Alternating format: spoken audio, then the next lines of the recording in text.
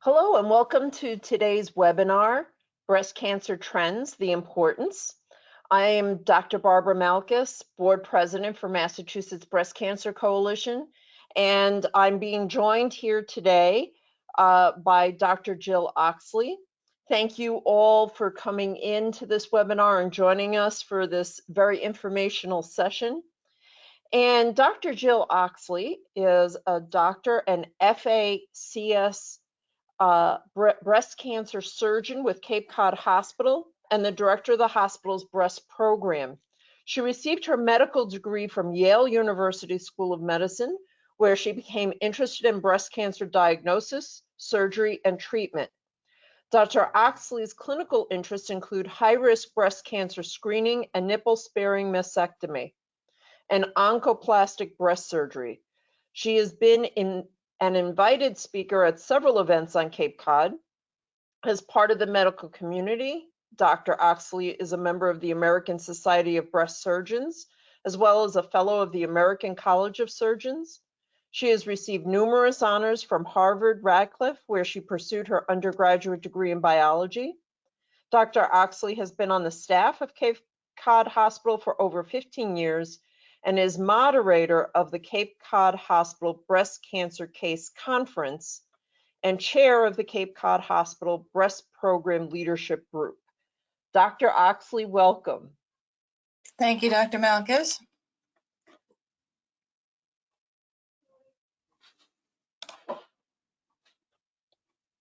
Just get my screen over here where I can see it. All right, so thanks everyone. We're going to talk today about breast cancer trends, the importance of prevention.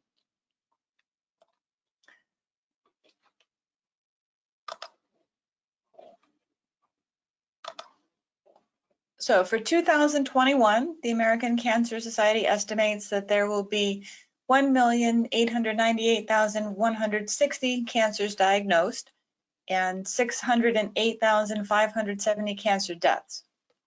Of these, 927,910 will be diagnosed in women, and 289,150 of the cancer deaths will be in women.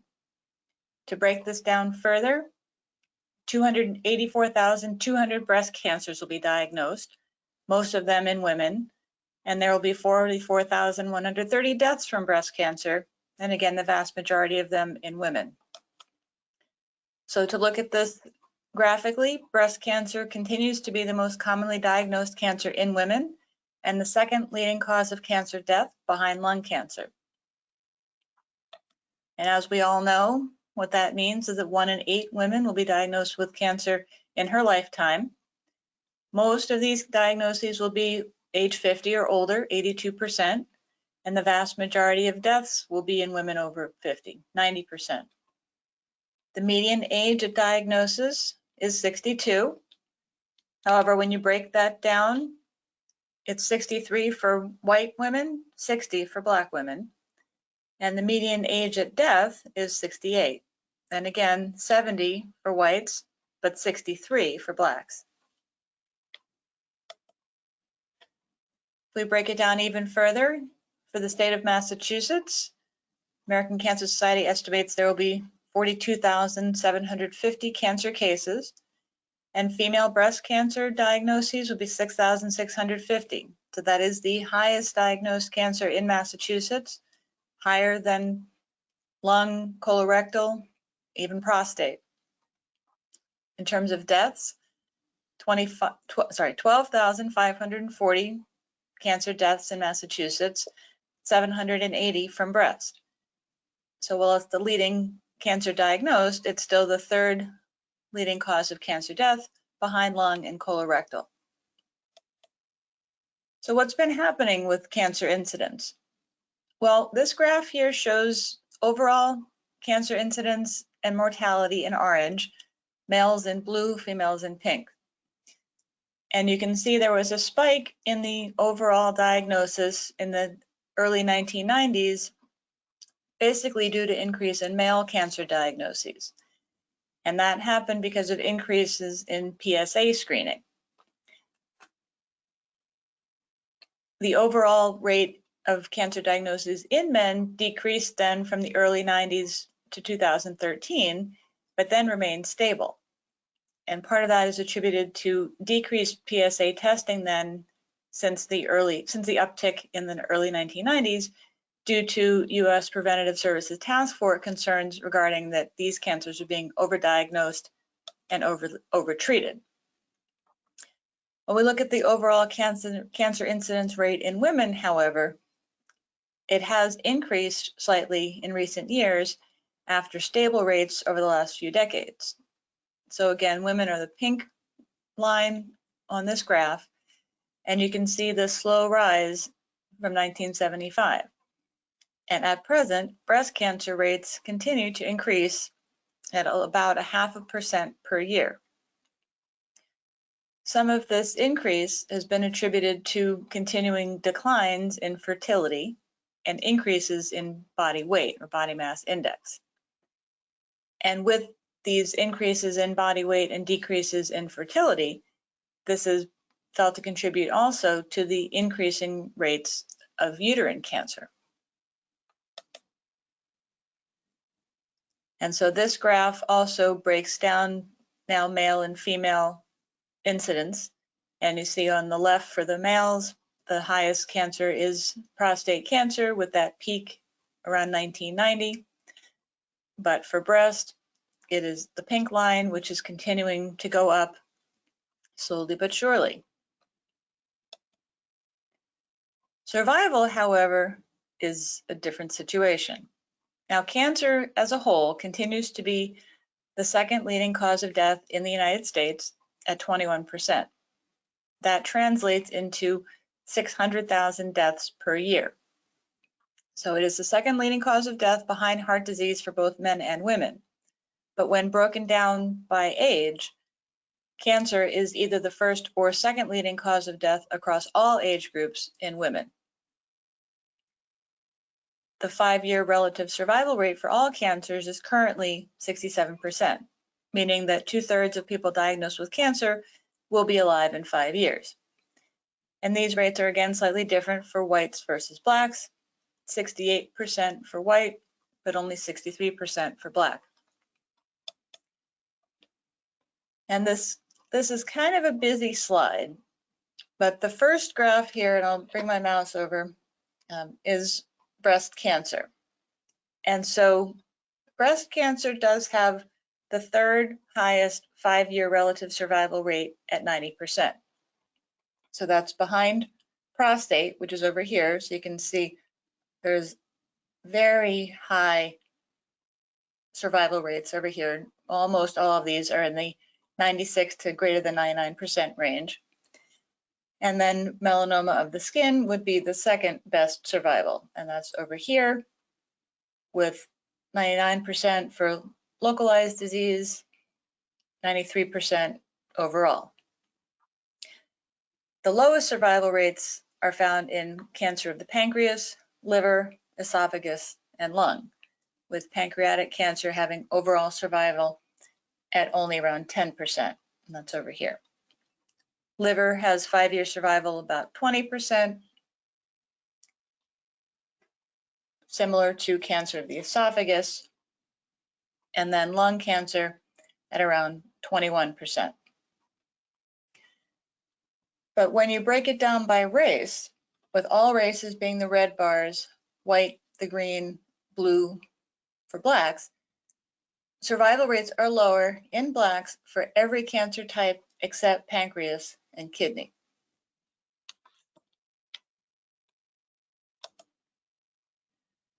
Some of this may have to do with stage of diagnosis. This graph then breaks down the cancer diagnosis by stage. And blacks across the board are diagnosed at later stages than whites. So here, if you look at white and green,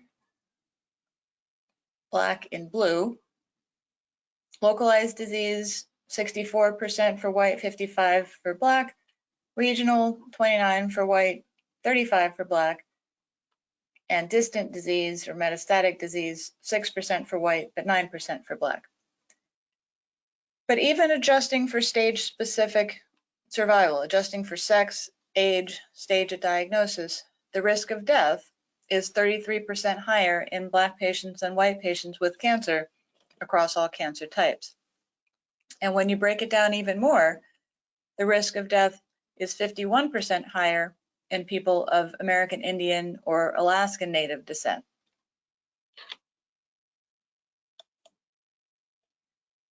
We are seeing deaths from cancer decrease, fortunately. So over the last 3 decades, see the lines were pretty close together back in the 1940s. But when we look at the last 3 decades, we continue to see declines in cancer deaths for both men and women across the board. Most of this decrease is attributed to improved survival in the 4 most commonly diagnosed cancer types, being lung cancer, colorectal cancer, for women, breast cancer, and for men, prostate cancer. As far as breast cancer goes, the death rate has decreased significantly since its peak in 1989. There's actually been a 41% decline since that time. But the rate of decline, though, is slowing. So in this curve here, you can see the pink line shows things are trending down, but appears to be leveling off over the last 10 years or so. And what's been noticed is that progress is slowing or even halting for cancers that are amenable to early detection through screening, such as breast, prostate, and colorectal, therefore highlighting the importance of prevention. So to look more specifically at these trends in breast cancer now, this graph shows 2019 data. 2021 numbers are very close, but the incidence of breast cancer in 2019 was 130.8 per 100,000 whites, with a mortality of 20.3 per 100,000. 2021 is slightly higher, 131.6 per 1,000 non-Hispanic whites versus, and then a death rate of 20.1%, again, minimally lower than the graph shows. But what you can see is the incidence rate is higher in whites than blacks. The non-Hispanic whites being the first column, non-Hispanic blacks being the second, American Indian and Alaskan Natives, Hispanic, and Asian Pacific Islanders. But even though the incidence is higher in whites than blacks, the mortality rates are higher in blacks than whites.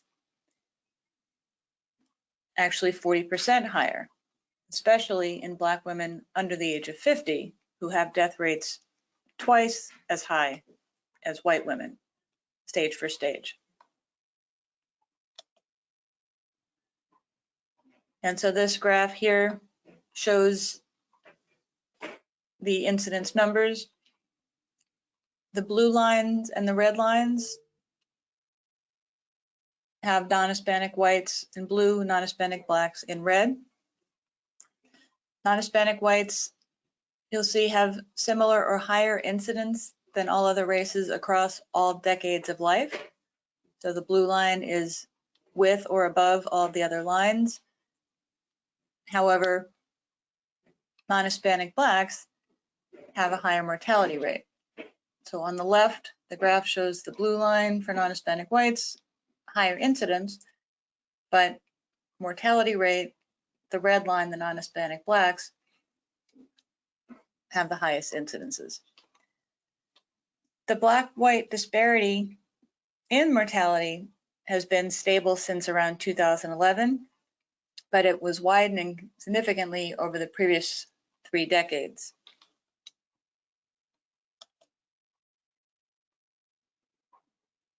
And so these greater racial disparities in younger women may in part reflect the higher proportion of triple-negative breast cancers that are diagnosed in younger women. The incidence rates for triple-negative breast cancers are about twice as high in Blacks at 38 per 100,000 compared with whites, where it's 19 per 100,000. And so this column over here shows the hormone receptor positive hormone receptor negative, HER2 negative, or triple negative cancers, with again non-Hispanic whites being blue, 19 per 100,000, non-Hispanic Blacks twice that at 38. And these are in younger women ages 20 to 49, women older than 50.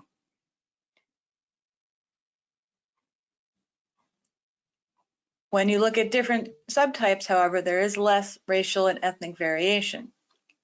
When we look at HER2 positive tumors, so all comers here, numbers are pretty close together. Ages 20 to 49, still not all that difference. The hormone receptor positive HER2 positive or hormone receptor negative HER2 positive. And then in the 50 and older group, the triple positives here clustered fairly close together. ER negative HER2 positives over here. The incidence rates, though, of hormone receptor positive HER2 negative breast cancer are highest in white women at about 138 cases per 100,000. And these are these tumors in the first columns. And so again, for all comers, we have about 138 for white women, which is about 23% higher than Black women, where we have 112 cases per 100,000, and 45% higher than Hispanics and American Indian Alaska Natives, who have the lowest rates. But the incidence, even within these tumor subtypes, also varies within these racial and ethnic groups. Studies have suggested a very broad distribution even within similar ethnicities. For example, a recent study reported that the prevalence of the triple negative subtype in Black women in the United States varied substantially by their country of birth. Compared with US-born Blacks, the prevalence was 47% lower in women born in countries in Eastern Africa, but only 8% lower in Western African-born Blacks. Another study looked at women in California, and those of Korean, Filipina, Chinese, and Southeast Asian descent had a higher risk of HER2 positive breast cancers compared with white women, whereas those women who are of Japanese or Asian Indian descent had a lower risk of having HER2 positive disease. And so these differences in breast cancer subtypes, both within and between racial and ethnic groups, likely represent various factors. It could be differences in breast cancer risk factors, such as GYN reproductive history, could represent differences in use of screening mammography. There could be genetic variations. Again, most genetic testing has been on women of Caucasian descent. But one would also suspect that there are environmental factors at work as well. So as mentioned earlier, these increases in breast cancer incidence have been felt to be at least in part reflective of changes in reproductive patterns, meaning fertility rates. Many women are delaying childbearing compared with prior decades, and there are fewer children per woman compared with higher decades. And so the increase in women over 50 in the 1980s and 1990s has been attributed to the increased use of screening mammography. Back in 1975, mammography was only common in about 29% of women, but by 2000, screening mammogram rates were as high as 70%. The most recent time period has shown a decrease in ductal carcinoma in situ, or DCIS, of about 2.1%. but also a decrease in invasive breast cancer more significantly, 13% after 1999. And this drop in invasive breast cancer has been in part attributed to decreased use of combined hormone replacement therapy. The Women's Health Initiative publications linked the use of combined hormone replacement therapy to both breast cancer and heart disease. However, this drop in invasive breast cancer has been limited to white women with hormone receptor positive disease.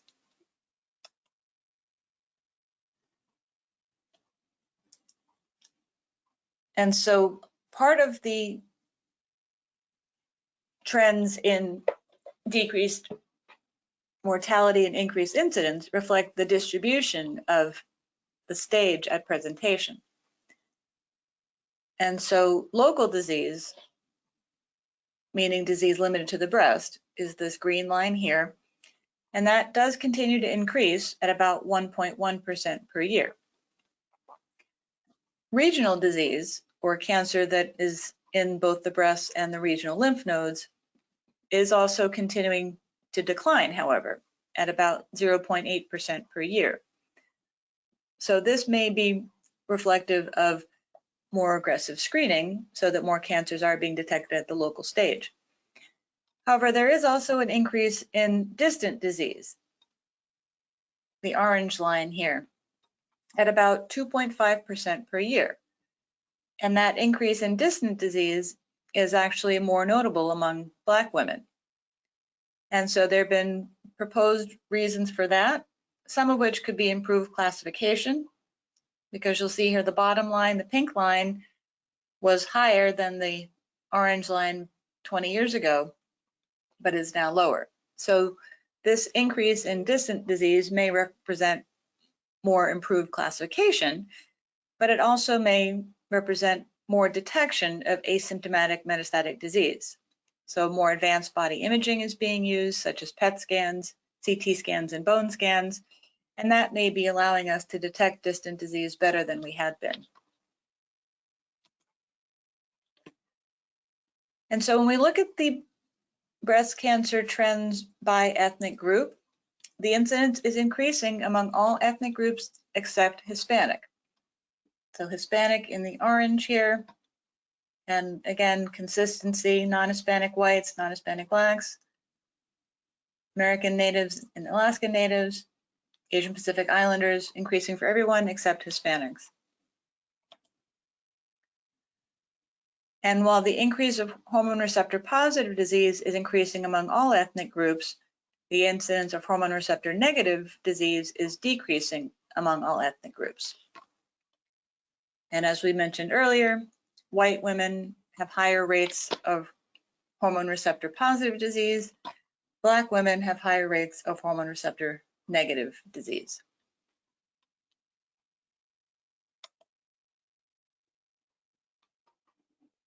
Breast cancer mortality is now decreasing. From 1975 to 1989, breast cancer mortality increased by about 0.4% per year, and then had a dramatic decrease of about 40%. These decreases are largely attributable to two things: increased use of screening mammography, which we mentioned earlier, but also more widespread use of tamoxifen. Interestingly, this decrease in mortality is what made the Black-white disparity begin to emerge in the early 80s. Black women may have less access to screening mammography, and since we know Black women have higher rates of hormone receptor negative disease, they're not going to benefit from tamoxifen, which targets hormone receptor positive disease. And again, that's illustrated on this next graph here. As we said earlier, non-Hispanic Blacks continue to have decreasing but the highest rates of death per 100,000. They're often diagnosed at a later stage than the other ethnic groups. But in addition, Black women tend to have higher rates of obesity and other comorbidities. Depending on the socioeconomic setting, they may have less access to prevention, early detection, and treatment. It's been shown that minorities can have longer intervals between screening and treatment than white women. And again, if they have hormone receptor negative disease, they're not going to have benefit from tamoxifen. And while the disparity in survival peaked at 44% in 2011, we haven't done much to improve that over the last 10 years. Black women still have a 40% higher mortality from breast cancer than white women. And how are we treating breast cancer? What's been going on there? So in 2016, nearly 1/2 of patients with early stage, meaning local or regional breast cancer, underwent breast conserving surgery with adjuvant radiation, and 1/3 underwent mastectomy. And there's no survival difference between breast conserving therapy, meaning surgery and radiation, or mastectomy. However, what we're seeing is increasing rates of mastectomy in patients who are eligible for breast conserving surgery. And there have been several reasons proposed for this. One is a desire to avoid radiation, another is fear of recurrence, another is desire for symmetry. And the overall trends have shown that younger patients, especially under age 40, and patients with larger tumors are more likely to undergo mastectomy rather than breast conservation, and also to undergo a contralateral prophylactic mastectomy, meaning remove an unaffected breast. The initial use of breast conservation was attributed to studies first published in the 1980s, which became widely endorsed in the 1990s. However, after 2000, we started to see declining rates of breast conservation. And so between the late 90s and right around 2011, about 2/3 of women were undergoing breast conserving surgery for unilateral or one breast early stage breast cancer. And at that point, the mastectomy group was noted to be slightly younger, more white, but then on the other hand, have more comorbidities, meaning more medical problems, to have no insurance or underinsured, so managed care or Medicare. Mastectomies were seen more often in the South, areas with lower education levels, and women with more advanced tumors. And so there have been studies looking at why this trend has switched from breast conservation to mastectomy. One study out of Vanderbilt in 2005 tried to investigate this using data from the National Cancer Database. And what they found was that the year of diagnosis was associated statistically significantly with increased use of mastectomy, from 34.3% in 1998 to 37.8% in 2011. So while that number doesn't look terribly large, it was statistically significant. And the biggest increase in the trend toward mastectomy was seen after 2006, over an overall increase of 34%.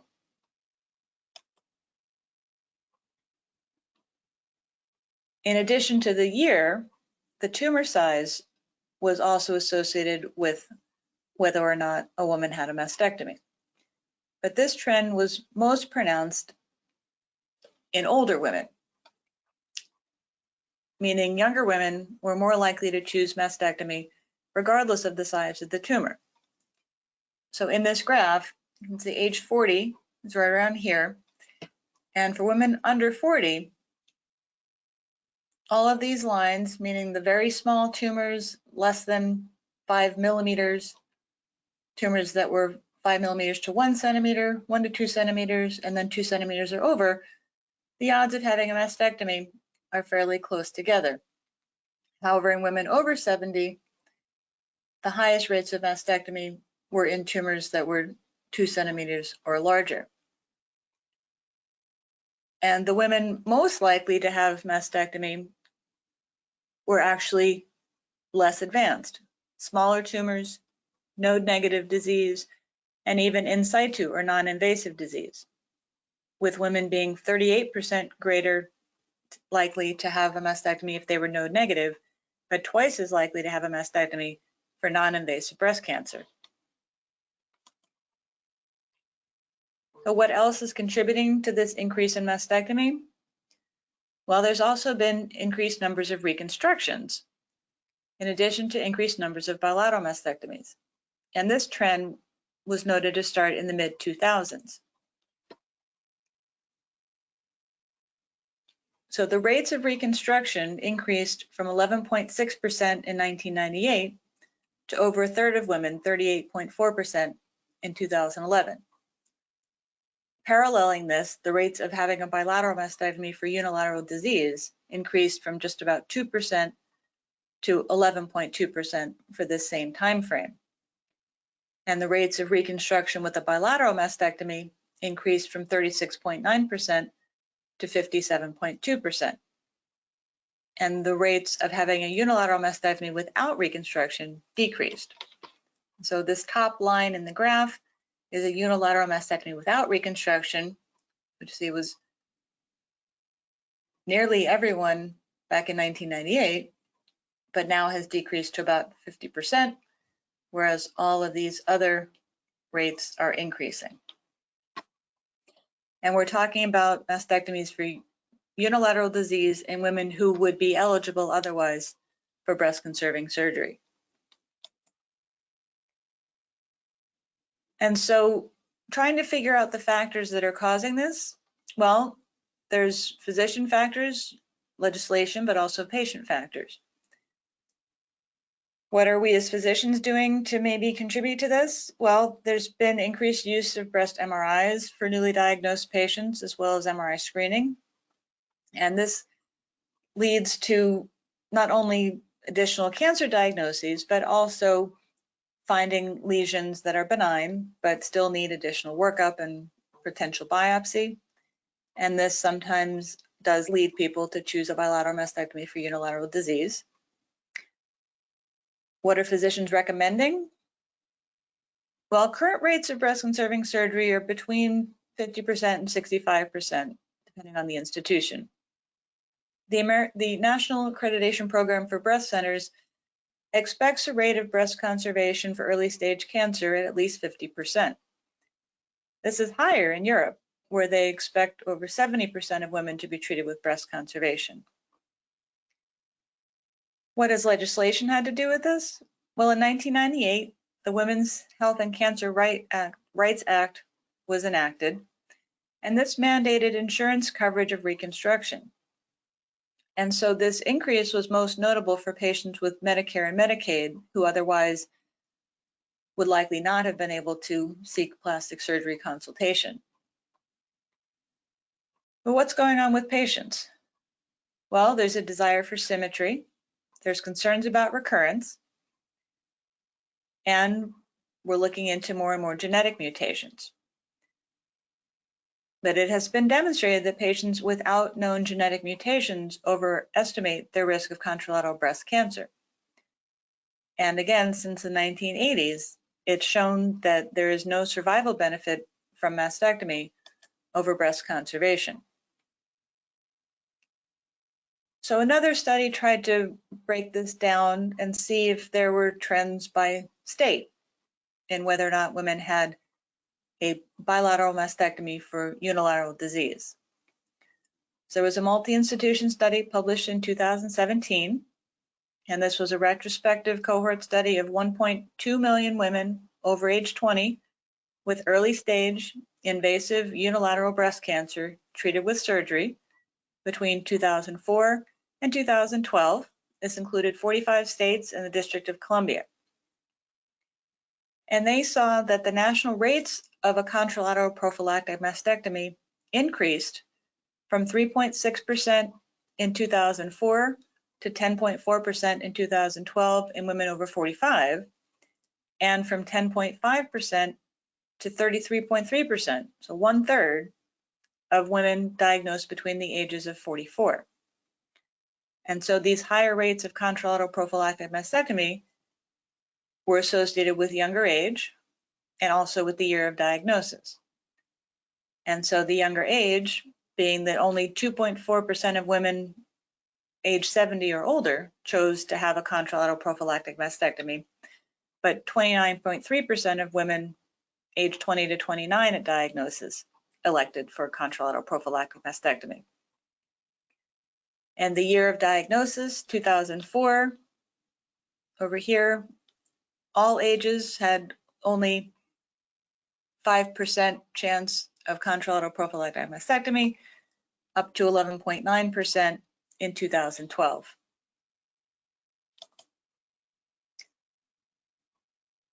And this increase in prophylactic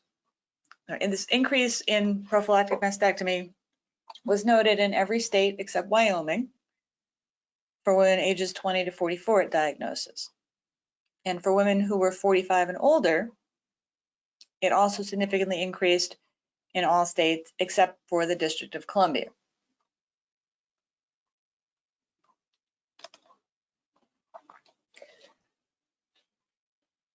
So in addition to choosing prophylactic mastectomies, the proportion of reconstructive surgery also increased during that same time frame.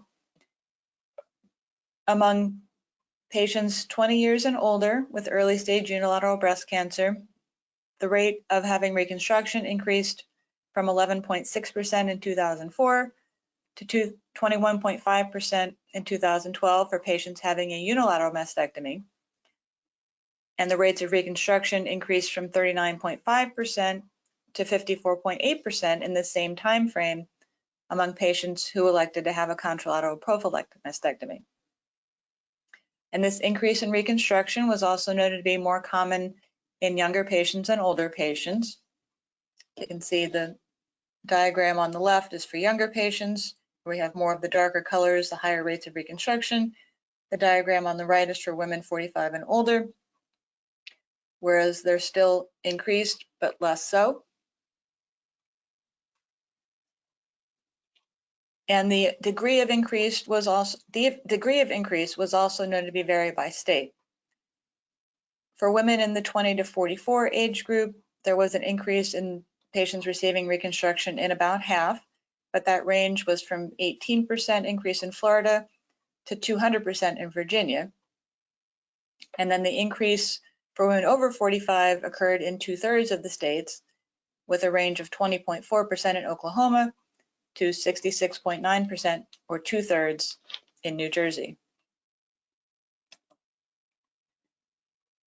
And so this particular study tried to see what variables were contributing to the state variability.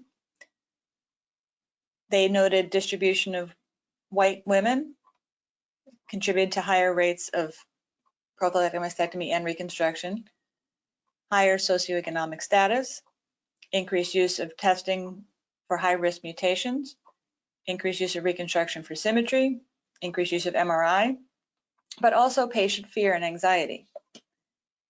And they did note 2 clusters where there were the highest proportions of young women having contralateral prophylactic mastectomy and reconstruction.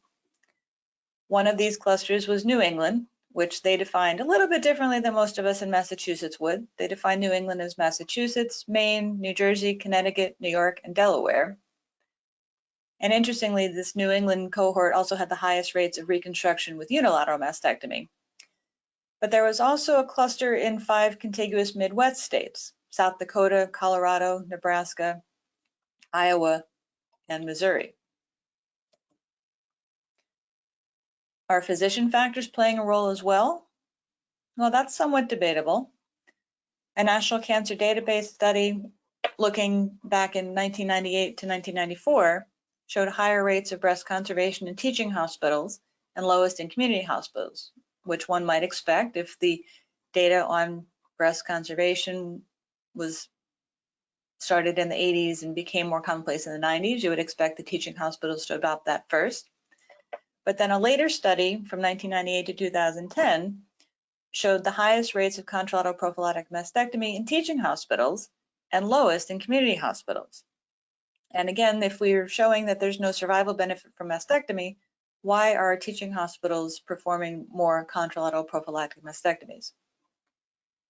And so this study concluded that yes, there was a substantial geographic variability in the rates of receipt of contralateral prophylactic mastectomy, and that more work needs to be done to examine patient level, physician level, and health system level factors.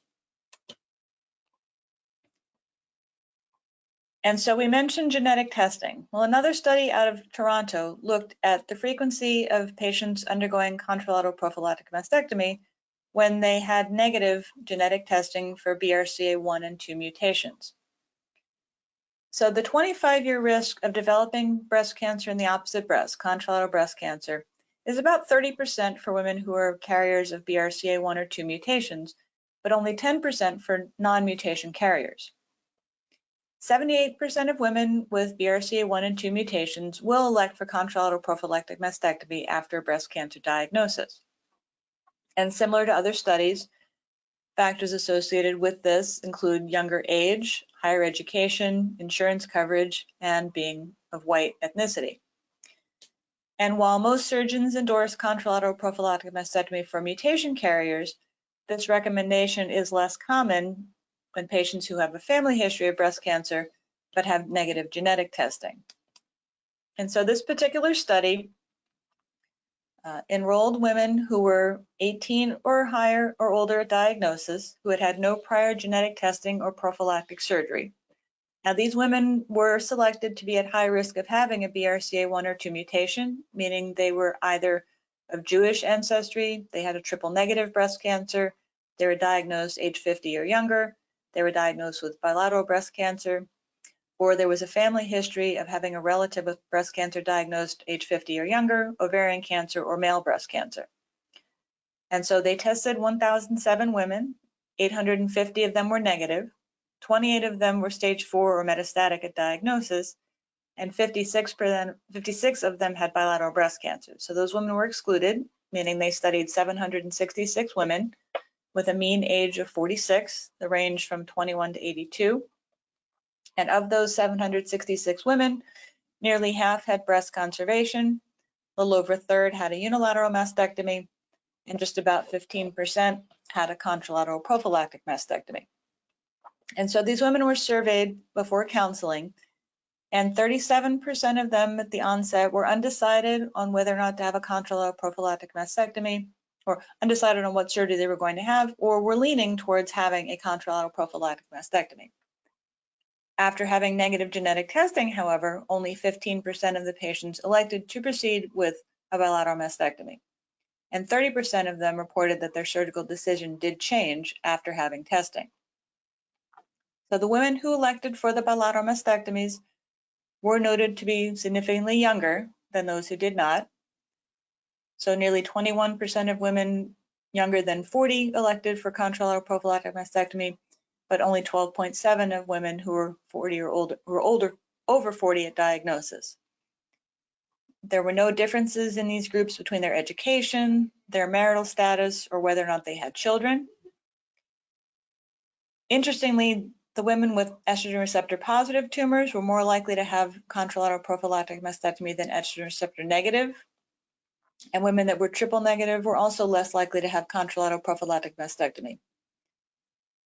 And these reasons weren't detailed in the report, but my suspicion is that women who are ER positive were less likely to be looking at chemotherapy and felt that they would rather have more extensive surgery rather than having a lesser surgery and then needing to deal with chemotherapy.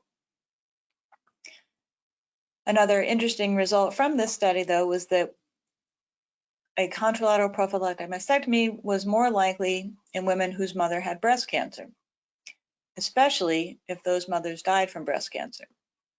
And you see the rates again on the slide, 23.2% and 29.6% in women whose mother either had or died from breast cancer versus only 13 or 14% if they did not. So what do all these trends mean? Well, breast cancer continues to be the most commonly diagnosed cancer in women and the second leading cause of cancer deaths. Breast cancer rates continue to increase, about 0.5% per year. But despite improved survival, there continue to be significant racial disparities in mortality. So as we see slowing of progress for these cancers that are amenable to early detection through screening, we need to emphasize prevention. And while contralateral prophylactic mastectomy can be thought of as a means of prevention, the rates of mastectomy and contralateral prophylactic mastectomy continue to increase despite demonstrated survival benefits. So thank you for your attention, and I'd be happy to answer any questions. Thank you so much, Dr. Oxley. That was really a fascinating data set that you presented to us. I'm going to invite any of our viewers who have any questions to please post those in the chat. And while we're waiting for any questions from our viewers to come in, Dr. Oxley, could you speak to what we might be able to do in order to really narrow that gap caused by racial disparity with respect to breast cancer diagnosis and the occurrence of breast cancer? So that's a great question. And obviously, the breast cancer itself is not one disease. And so the way breast cancer appears in white women versus Black women versus Hispanics is clearly not one disease. And so I think if we're able to expand our research across different racial and ethnic groups, we'll know, should we be doing more than just making sure everyone gets their annual mammograms? Should we be doing more than making sure people don't take exogenous hormones? Because clearly, stopping hormone replacement therapy and being able to take tamoxifen isn't doing anything to help the estrogen receptor negative tumors, which unfortunately are more common in women of color and have higher mortality rates. And, how do we, you mentioned, that there were this need for prevention with screening. So what would be those prevention strategies that would supplement and potentially prevent even the occurrence of breast cancer, in addition to making sure that all women have access to appropriate screening? So there's a lot that goes into appropriate screening, and there's half a dozen different guidelines out there for breast cancer screening. Most of them apply to women who are at average risk of developing breast cancer. So the American College of Radiology, Society of Breast Imaging, American Society of Breast Surgeons, pretty much all agree that for a woman who is at average risk of breast cancer, that screening should start at age 40 and consist of an annual mammogram, and that women with dense breast tissue be eligible for supplemental screening as well. And depending on where you are, that may be an MRI, especially in Massachusetts. That would be our supplemental screening of choice. New York and Connecticut do a lot more screening ultrasounds, for example. But then there's other guidelines out there, such as the U.S. Preventive Services Task Force, that says that women don't need mammography until age 50, and then it's every other year. But regardless of whose guidelines you're using, those guidelines are for women who are at average risk of breast cancer. And so every woman age 25 or older should really be aware of their risk. And having a formal risk assessment includes things like family history, but also includes personal factors. Did they have an early onset of menstruation? For an older woman, did they have a late age at menopause? Did they have children? No children is a risk factor. First full-term pregnancy after age 30 is a risk factor.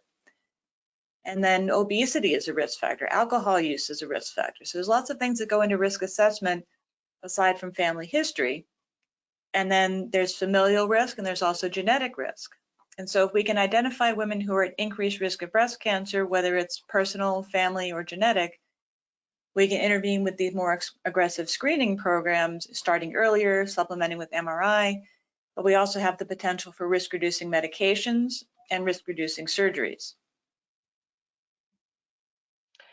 I know from my own experience that when you get that initial diagnosis, suddenly you become immersed in this language, certainly not as fluent as you are, Dr. Oxley, but you become immersed in this whole new vocabulary. And there's a lot of decisions that women have to make in order to be good advocates for their own health care. Do you think that there's any institutional bias that could be playing a factor there in also seeing the increase in mortality rates for women who represent minority groups?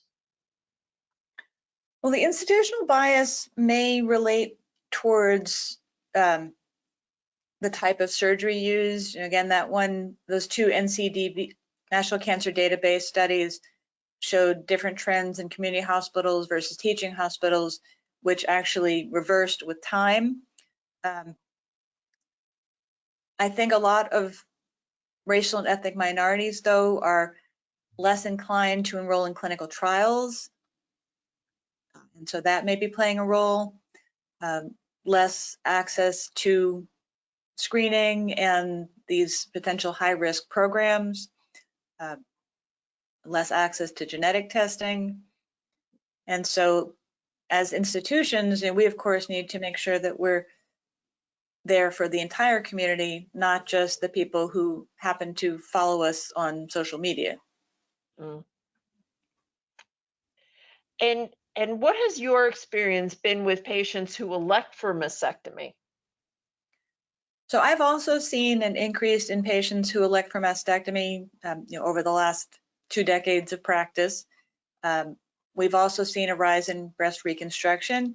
Interestingly, that seems to be leveling out. I looked at my own data over the last year or so, and about half the women that had mastectomies chose reconstruction and half did not. And there is a push now, a trend towards acceptance of women who choose mastectomy without reconstruction, the go flat movement. And that's really getting a lot of publicity these days. When reconstruction became much more readily available, it was much more encouraged, getting back to your institutional bias question as well.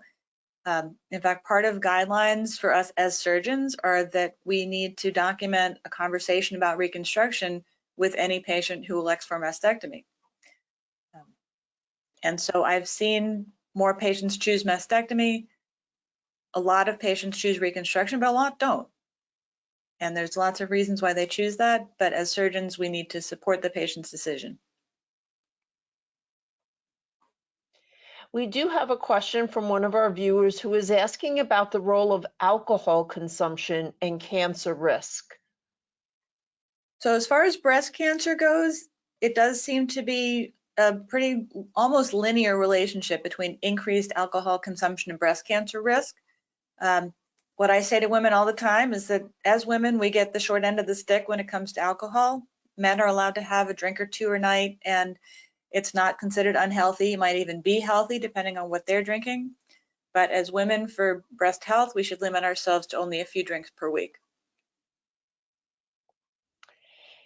And I wanted to ask a question about nipple-sparing surgery and whether or not that particular aspect of consideration for reconstruction after mastectomy is like, what is the level of risk for reoccurrence, and is this something that really is a case-by-case basis, or are there some global statistics with regards to understanding whether or not nipple-sparing surgery is appropriate for breast cancer, treatment? Sure. So nipple-sparing mastectomy is now defined as an oncologic surgery, meaning it is an acceptable option to either treat or prophylax against breast cancer. Decades ago, women were having what were actually called subcutaneous mastectomies, which is not the same surgery as a true nipple-sparing mastectomy. A subcutaneous mastectomy would leave tissue behind the nipple areolar complex, which would then need surveillance. But a true nipple-sparing mastectomy has been shown to be oncologically safe. And there's basically two big groups of factors that have to be considered. You have to look at the patient from a cancer standpoint to see if they're a good candidate for a nipple-sparing procedure, meaning they can't have nipple discharge. They can't have calcifications on mammography that are right behind the nipple. The cancer itself can't be too close to the nipple. And then if they meet those criteria, we do a full, simple or total mastectomy with lymph node surgery as appropriate, and then send a separate biopsy from the nipple itself to the pathologist. But the other big issue around nipple-sparing mastectomies has to do with the reconstruction, because we are saving the entirety of the breast skin that way. And so the patient can't have terribly large orthotic breasts. If we're talking about someone like that, they would usually be a better candidate for a skin sparing rather than a nipple sparing mastectomy. If we're talking about a prophylactic surgery, we'll sometimes do a staged procedure, meaning the plastic surgeon will do a reduction, and then 3 to 6 months later, then they can have the mastectomies. But for a very large breasted woman or with a lot of ptosis, meaning they would need a lift, they're not generally going to be best served by saving the entirety of the skin envelope. And we're going to have this be our last question for you, Dr. Oxley. Could you speak to the impact of exposure to toxicants in our environment contributing to the rise in non-genetic related breast cancer rates, as well as your thoughts on the disparity of funding research on this type of prevention versus researching treatment and cure? Well, that's a big question. The short answer is I don't know. Obviously, there are factors that we have not figured out yet. And that one study in particular where they looked at Black women from East African descent versus West African descent versus Americans, why is it so different? So clearly there are genetic factors, but then there have to be environmental factors that we haven't figured out yet. And I think part of the limitation on funding has to do with the lack of a specific target for a lot of these areas of research. Genetic testing has, once they sequenced the whole genome, then they gave us millions of targets for genetic testing. And so that's a big area of research. 20 years ago, we could only test for BRCA1 and BRCA2. Now, a standard panel test has over 24 genes. And so I think the environmental factors are so broad and so ill-defined. Unlike decades ago, people don't grow up in one house with their parents and grandparents and spend their entire lives in one area. People are born in one state, move to another country, go somewhere else for school. And so I think the environmental factors are so hard to pin down that that's why it's harder to get funding for research. But clearly there are environmental factors at work. Thank you so much, Dr. Oxley. This has really been fascinating. And on behalf of myself and the MBCC board and Ms. Cheryl Osimo, MBCC's executive director, I want to thank you for this very informative discussion today. I also want to thank our many listeners for joining us. And for those interested, the recording of this webinar will be made available later today on the MBCC website at www.mbcc.org. And I want to wish everyone a really good afternoon. Thank you again, Dr. Oxley. Thank you, Barbara.